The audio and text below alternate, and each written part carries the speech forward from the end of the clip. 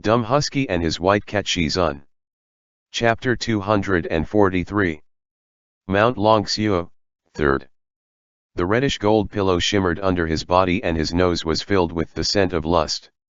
Chu Wanning looked at Mo Ran's face and the dreams he had before finally overlapped with reality at this moment. It turned out that these were not mere dreams but had actually happened. He and Mo Ran had already been intimate and they were already married. He was imprisoned by Mo Ran and he did kneel in the ice and snow, begging to see Mo Ran. It was all real. At this moment, Chu Wanning did not know what he was feeling, or maybe under the influence of the intoxicating scent, his consciousness gradually overlapped with the Chu Wanning of the other world. Feeling what he felt and knowing what he knew. When his clothes were torn off and the heavy kiss fell, Chu Wanning closed his eyes. He felt really hurt. Who was he? Was he the venerable Yu Heng of the night sky who wielded his sword in the secular world, or was he that ridiculous consort Chu who was subdued by the emperor? Was it the Chu Wanning who obtained Grand Master Mo's heart, or was it the honored Shizun who was hated by the emperor, Taxian Jun?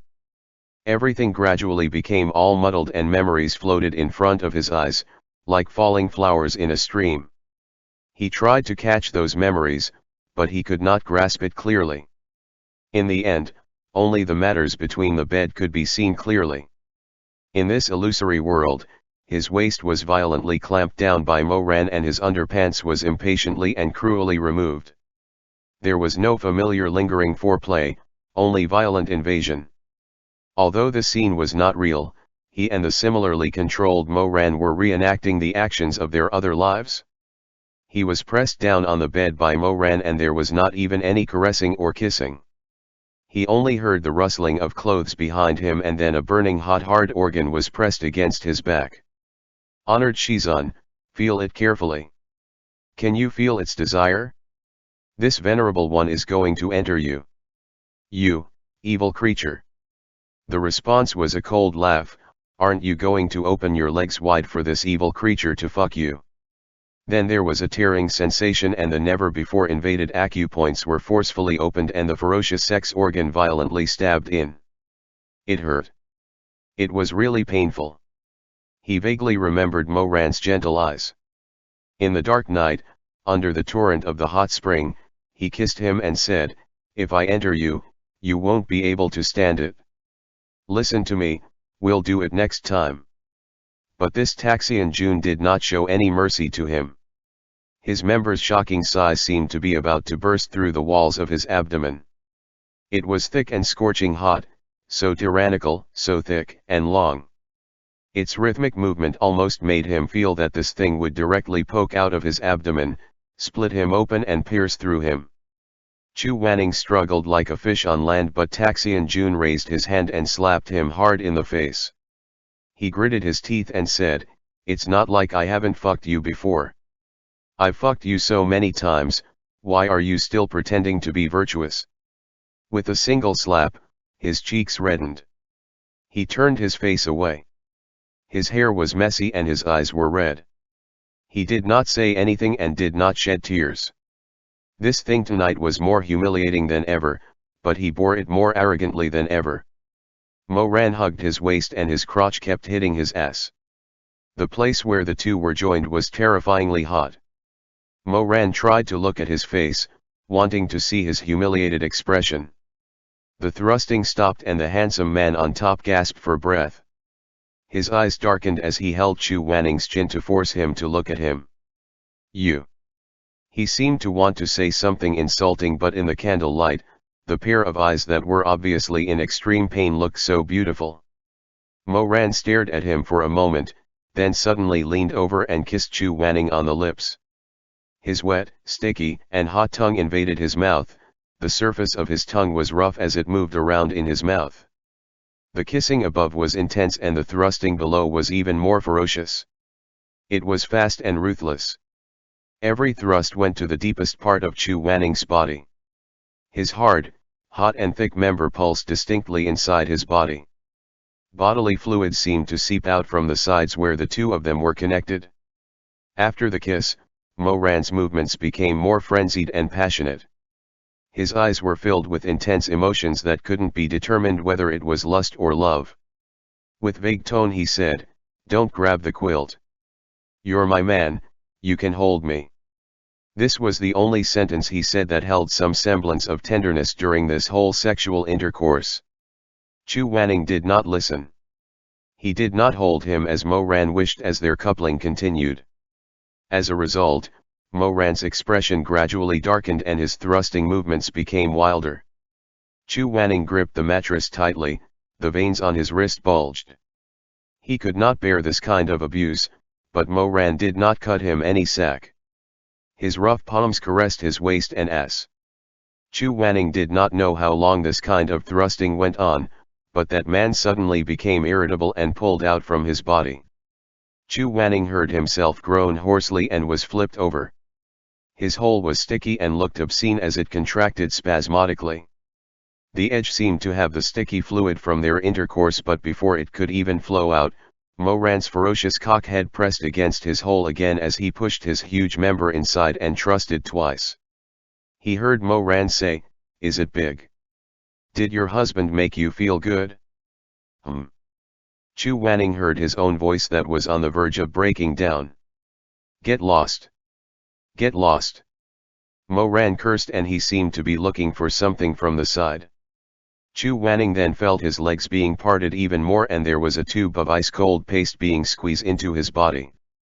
Chu Wanning heard himself choking, heard himself scolding, "Mo Ran! Mo Ran, you bastard! Mo Ran! Mo Ran! No, this is not him." Mo Ran was the person who smiled brightly and gazed at him under the flowering tree saying, "Shizun, I want to hold the umbrella for you for the rest of our life." Mo Ran caressed his hair and said gently, "You will be in pain." Mo Ran was the person who curled his lips and opened his arms to catch him under the waves of golden wheat, the one who gave him roasted candies, the one who lowered his eyes and smiled because of a simple word with a slight blush on his face. That shy and honest young man. No, this isn't him. Then Chu Wanning was suddenly startled. Perhaps because the incense has been put here for far too long that the effect was not as good as it was at the beginning, so the scene slowly goes dark. Chu Wanning's mind was also drowsy. He could not see anything and he still could not speak freely. The only thing he could feel was that he was still imprisoned within the other man's body and Mo Ran's cock was still buried within him. That kind of heat, its size and its hardness made his scalp tingle. Everywhere was dark for a long time and then it slowly lit up. After Chu Wanning regained his senses, the first thing he heard was a twisted curse from Mo Ran, then he felt the pain of his face that burned from a slap and there seemed to be a hard and cold object stuck in his lower body, alleviating the almost maddening lust in his body. The newlyweds were still in the middle of their coupling. Chu Wanning could clearly recall the details of this incident this time. He was constantly reminiscing about the life of the other him. He knew that later on, he would be forced into a frenzied state by an aphrodisiac paste and Taxian June who had drank too much, became more and more irritable, bloodthirsty and more darker in their intense love-making. Alcohol and desire burned the corners of Mo Ran's red eyes as hatred and pleasure controlled this young emperor. Chu Wanning's throat was strangled as Mo Ran was angrily shouting, "Chu Wanning, would you rather be like this? Do you think you're tough? Huh? How long are you going to be stubborn for? Do you want this venerable to play with you to death before you're satisfied?" Chu Wanning heard himself say. "I don't want you." His voice was almost broken, and if he did not feel his lips moving, he would not even believe that this was his own voice. Chu Wanning felt tears rolling down his cheeks. "Mo Ran, spare me." The man in front of him howled almost madly as he said, "Then what about me? Huh? Chu Wanning, have you ever thought about who will spare me? Who can spare me?" The man pressed him on the bed and pulled out the hard object in his body and threw it aside. From the sound of it, it seemed to be a candlestick. Only then did realize that he was using a candlestick to fuck into him. The man touched his face and his voice was anxious and mad. He wasn't sure if it was an illusion, but he heard a trace of sadness in the voice as it said, "Chu Wanning, I hate you. You killed the person I loved the most in my life. What should I do? What should I do? I can only let you pay me back, and ruined your life with my own hands." Chu Wanning. Mo Ran held his cock. Because he was too crazy and too eager, he couldn't push it inside the first time he tried. The smooth and hot head of his cock was pressed inside and then slipped out. Mo Ran gasped for breath, straightened up, grabbed Chu Wanning's waist and thrust in again. Ah! Chu Wanning heard his own hoarse moans and it seemed that he was finally stretched to the limit. There was also the man's heavy breathing, and the wall of his insides that was smeared with aphrodisiac was finally pushed open by the hot pulsating member. Chu Wanning could not stop trembling, his whole body was covered in sweat and his eyes were unfocused. Desire finally swallowed him. His vision turned black again. When he come to again, he could feel endless bliss. It seemed that the body in the illusion and the body in reality could no longer be separated. He was entangled with that strong body as Mo Ran pressed him on the bed, fiercely fucking into him. He was sobbing under the man's body, lying on the bed with his fingers digging deep into a beast's fur. With every thrust, the man seemed to be pressing him to death on the bed. The movement was so fierce, so strong. He could feel the man's sweat gathering in his abdomen, dripping to his waist, and flowing into his crotch. "Say. Do you want me to fuck you? Your hole is sucking me so lewdly, what position do you have to be stubborn? Fuck, I'll come inside you." At this time, Chu Wanning seemed to have finally been defeated, the crazy overflowing lust had already killed his soul. He was only left with a body that was played with by that man, lewd and sensitive, and did not know when to stop. "Say ah." The man behind him looked at him with rapture while panting roughly. "Woo." Mo Ran groaned deeply as his huge cock penetrated deep within Chu Wanning's body. He gasped for breath and with red eyes, he pressed Chu Wanning's ass even more as he thrusted even deeper within the twitching hole to stimulate the man that had been smeared with aphrodisiac. Fact was, Mo Ran knew that he had lost. He had to use the strongest aphrodisiac in the world and use almost half of the tube to the point that Chu Wanning's hole became very sticky before Chu Wanning willingly submit to him. He had lost. But, so what? He had already gotten what he wanted. His noble and virtuous Shizun had finally become consort Chu, who was gasping for breath under his body and was in a daze with lust. There was nothing more exciting than this. As he thought of this, his hard cock stiffened even more as it swelled up another notch. "Say it. Say you want to be fucked by me. Say you're my man." Under this kind of repeated torture and humiliation, Chu Wanning finally heard himself muttered hoarsely, repeating in complete confusion, "Yes. I'm your." His consciousness was already fragmented, his expression was already shattered and his pride gone. All that was left was the endless and terrifying desire surging within his body. "You don't want me but you can say that you want me to fuck you." Although Mo Ran spoke maliciously, his body has also reached its limit. The jut on his throat moved and he could not help but thrust fiercely into Chu Wanning's ass again and again. Chu Wanning was fucked until his entire body felt so weak that he did not even have the strength to kneel and lie on his knees. His body was soft like mud and his phoenix eyes were slightly closed, as he continuously groaned and gasped for breath. Eternal love poison, this aphrodisiac was so potent that even if just a little bit was used, even a saint would become a beast of desire. Mo Ran squeezed in more than half of the tube into Chu Wanning's body. "Does it feel good? Did I fuck you to your heart's content?" Mo Ran supported himself with one hand on the bedpost, while his other hand reached over and continuously touched Chu Wanning's chest and waist. The bed shook intensely, Mo Ran's eyes were intense and hot, his expression was sexy and intoxicated. "Say that you want me to fuck you." Mo Ran thrusted quickly and fiercely and the surging pleasure made the other man tremble and lost control. Chu Wanning eventually collapsed. He gasped for breath and finally cried out in a hoarse voice, "Ah! Ah!" Say it. Moran closed his eyes and raised his head, his Adam's apple moving, and fiercely slapped Chu Wanning's ass cheek. You say it and I'll make you feel even better. Ah. Ah. I want. What do you want? Chu Wanning was tortured to the point of insanity. He whimpered and trembled in despair. Fuck me. Moran's eyes suddenly surged, his cock was burning with excitement. He pulled out until the wet and sticky cock head was almost out of the warm and wet hole, only to hurriedly, fiercely thrust inside again in one strong swoop.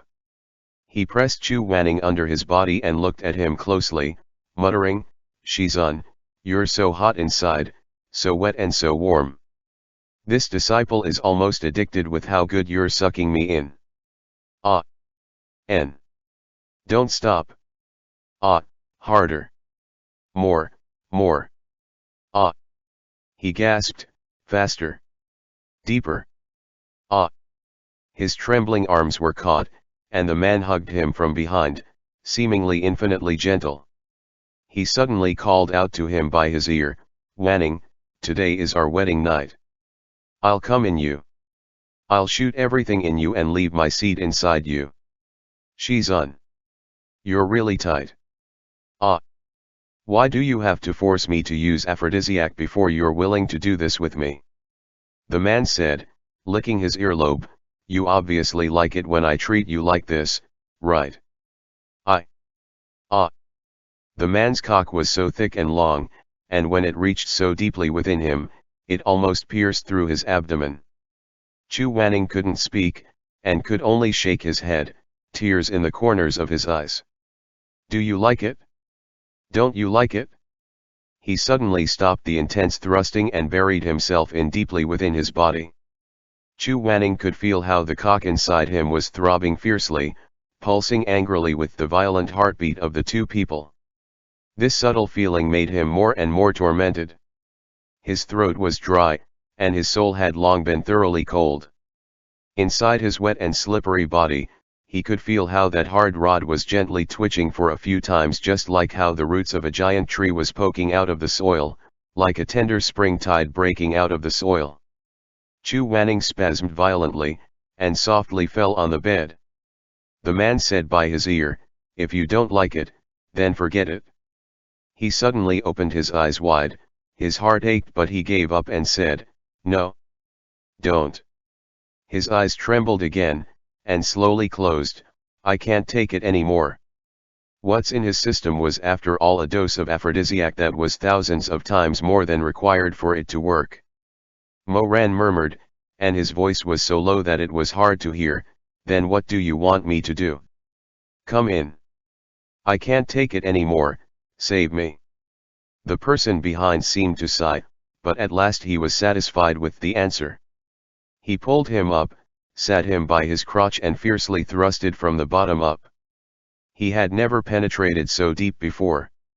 Every time he thrusted up, half of his ball sack was almost squeezed in. Their flesh couldn't get any closer together.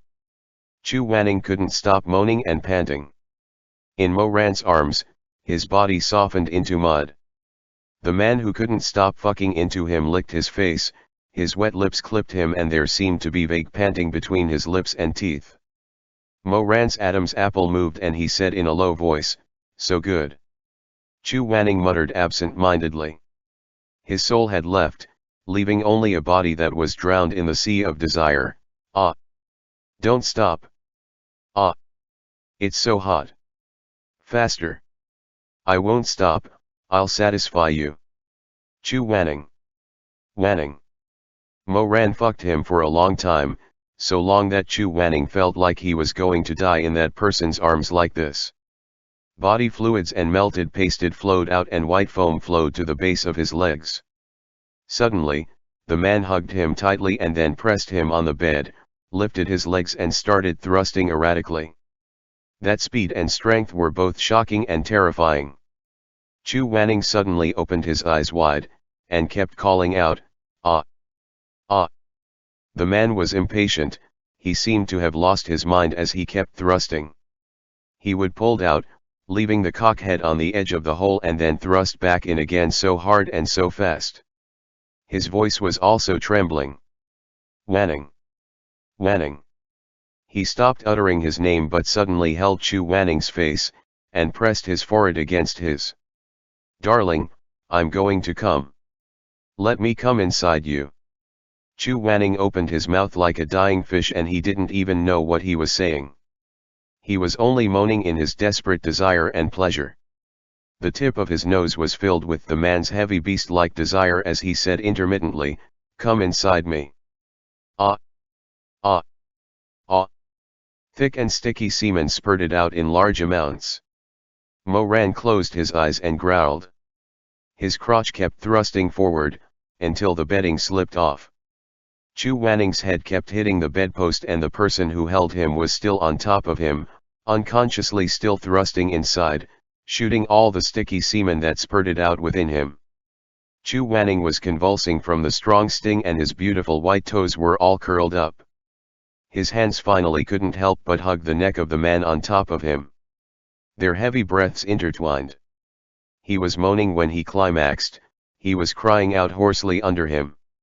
That kind of intense passion, he didn't know if it was because of the world's strongest aphrodisiac or because of the hidden desire in the depths of their hearts that even they didn't notice. It was only after a long while before Chu Wanning's spiritual sense slowly returned. For some reason, it wasn't just his senses that returned but also the memories from his other life that surged like a river. After he and Moran joined, they all came one after another. He remembered the time of the heavenly rift where Shimei died and Moran knelt in the snow, heartbroken. He remembered when the Rufeng sect flowed with rivers of blood and when the sky changed color as Moran laughed heartily and when he pierced Ye Wangzi's shoulder blade. He remembered when he was put into a blood hourglass and remembered when Moran saved him at the last moment only to detain him in the Red Lotus Pavilion under house arrest and he could not do anything about it. One by one, he remembered everything. He found himself back in the cave. He could feel that he was lying on the cold ground, his clothes gone and his entire body naked. Moran was hugging him tightly from behind and that young man's arms were trembling. Both of them were covered in sticky sweat and the air was filled with the scent of lust. He knew everything now. Chu Wanning didn't move, didn't speak and didn't get angry. His head hurt so much that it felt like it was splitting apart. He felt that when the two of them joined together, there was some kind of invisible thing that was transferred from Moran's body to his own. It was that thing that allowed him to recover the memories of his previous life. But what exactly was it? There were too many memories to take in at once. Chu Wanning's head hurt so much that it felt as if it had swelled up. He felt that he definitely knew what that thing was but he couldn't figure it out right now. Shizun. Moran's voice sounded by his ear. It was so cautious, like the bud on a branch at the beginning of spring. There was no trace of the tyrannical impression from before. I'm sorry. He was being held in Moran's arms. He didn't turn his head, but he could imagine Moran's teary red eyes as well as his pained and apologetic expression. I'm sorry, in the end I still hurt you. Just now, under the control of the incense burner, Moran was like Chu Wanning. Although his consciousness was clear, his every action was completely out of his control. When he roughly grabbed Chu Wanning's waist and impatiently and cruelly penetrated this man, he was in pain. He didn't want to do this at all. He looked at Chu Wanning under his body and the corners of his eyes reddened. He only wanted to lean over and kiss him gently, comfort him and let him be. But the words that came out of him was so harsh and his actions were so brutal. His heart was filled with pain. But what could he do? He couldn't control himself at all. Chu Wanning leaned against the cold stone surface. His head felt like it was going to split open and he didn't even have the strength to move his fingers. He listened to Moran's apology, but he only felt his ears buzzing.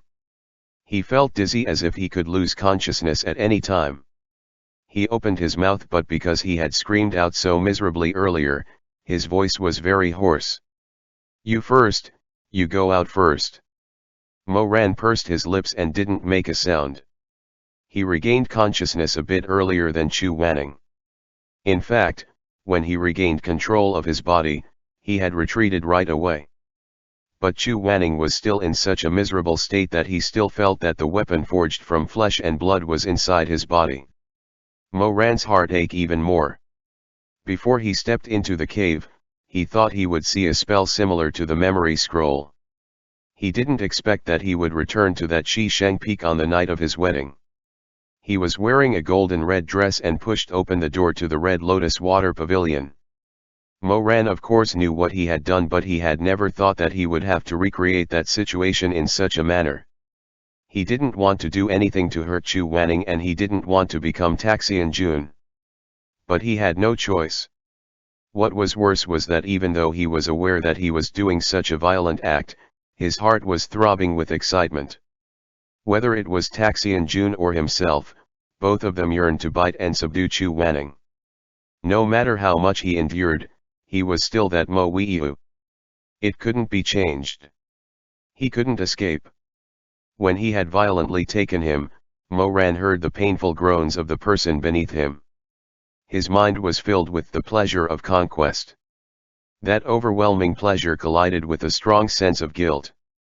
He suddenly couldn't tell who he was, whether he was Taxian Jun or Grandmaster Mo, whether he was good or evil, loyal or treacherous.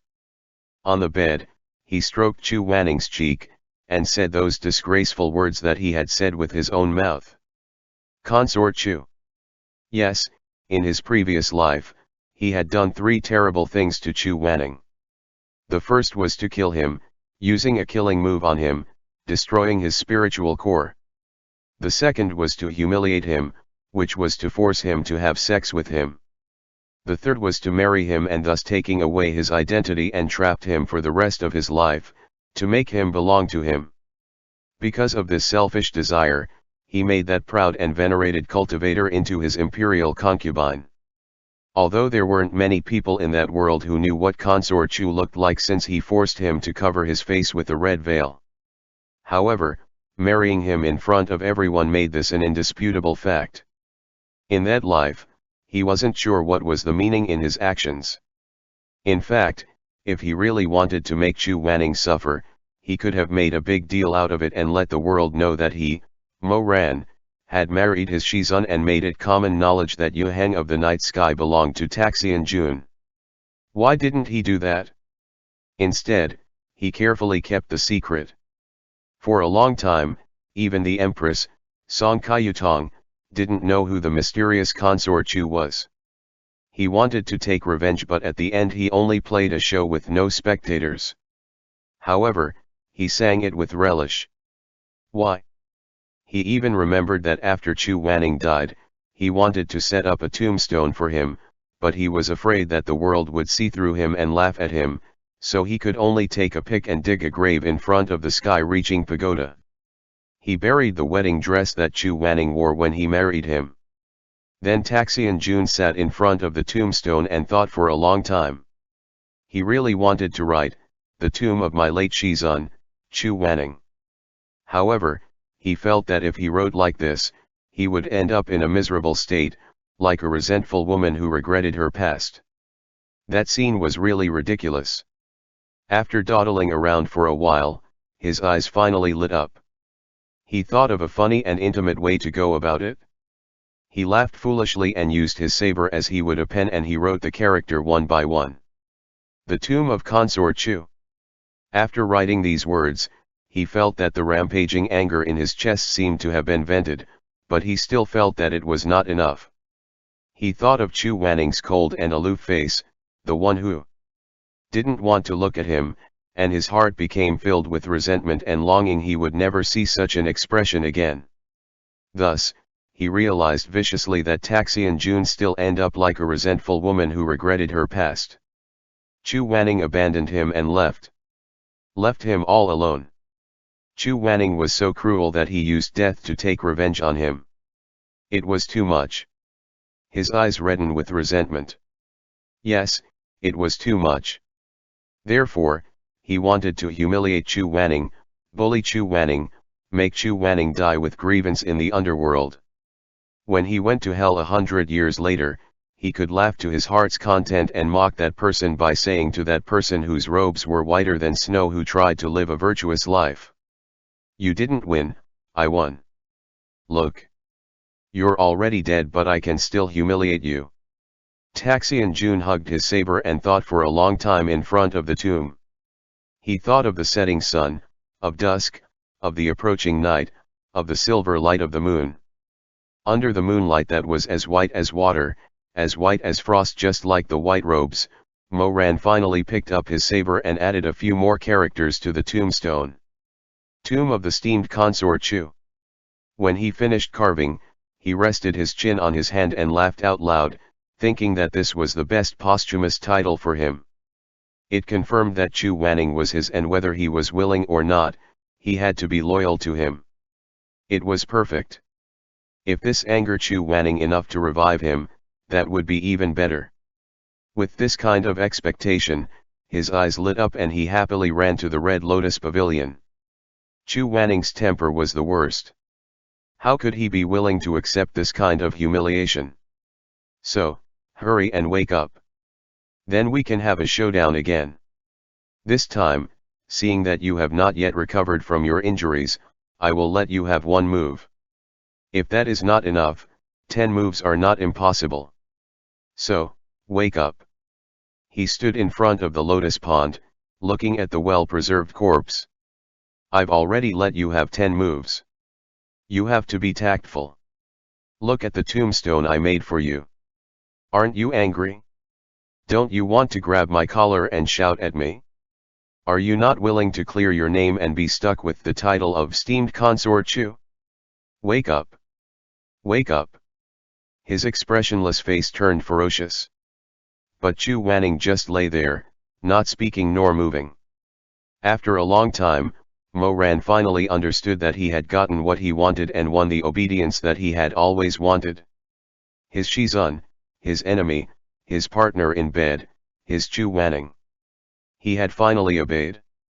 In the icy cold silence of the cave in Mount Longxiu, Moran held his scarred lover in his arms.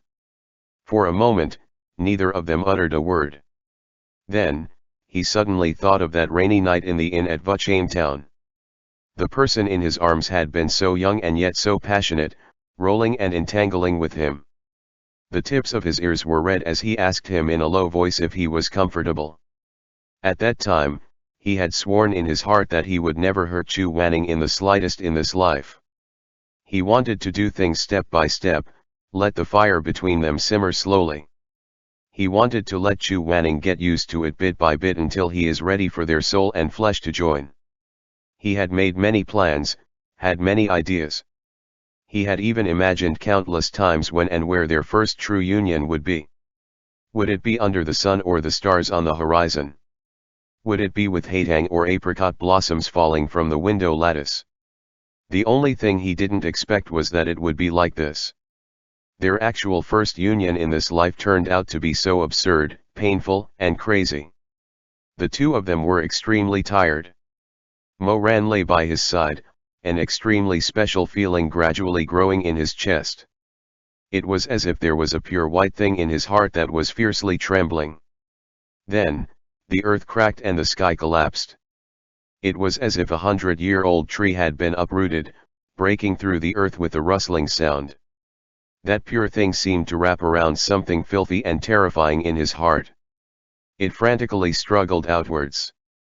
There were two things, one black and one white, that struggled out of his body with extreme speed. He didn't know what these two things were that escaped from his heart, but he didn't have the leisure to think about it, because Chu Wanning said, "You leave first." Moran didn't say anything. He also didn't know what to say. He silently endured the intense pain in his chest. Slowly, he picked up the clothes scattered on the ground and silently helped Chu Wanning put them back on. He was holding these clothes for a long while because he almost didn't dare to touch the area below Chu Wanning's waist. The bruises on his thighs clearly showed what he had just done and also showed how much pain Chu Wanning was in right now. He also didn't dare to look at Chu Wanning's face. What would he see in those eyes right now? Disappointment, resentment, emptiness. He didn't want to think about it anymore. Mo Ran spent a long time putting on Chu Wanning's clothes. By this time, his head was already very painful and his entire body was soaked in cold sweat. He didn't know where this pain came from, but it was probably related to those two things that got out from his heart just now. He endured the pain and grasped Chu Wanning's ice-cold hand. He really didn't have the courage to look at Chu Wanning's face, so he just stared at that hand. After hesitating for a long time, he softly asked, "Shizun now knew everything?" Mo Ran stared blankly for a while. There was a kind of blankness on his face. That blankness was very much like a homeless dog that had been abandoned. He stared vacantly for a while, then closed his eyes. Countless times in the past, he had feared that this would happen, but when the time finally came, he was surprised to find that he was actually so calm and at peace. It was like a fearful fugitive who had finally been escorted into prison. He stood in that bleak prison and looked around. The nightmare that he had feared and escaped from had finally become reality. It was like a stone had fallen to the ground in his heart. There was never a peaceful night when one was on the run. But after being captured, he could finally have a good night's sleep. He didn't need to run anymore. There was no hope, but there was no more anxiety either.